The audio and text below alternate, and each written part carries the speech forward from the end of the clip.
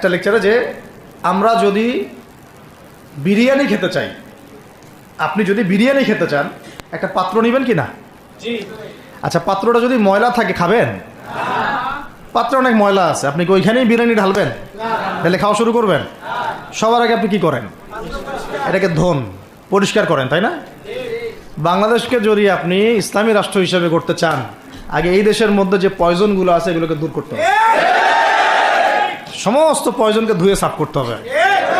তারপরে যে খেলাফা বা শরিয়া বা ইমারা যেটাই আসুক, ইমারা এক জিনিস, খেলাফা আর এক জিনিস।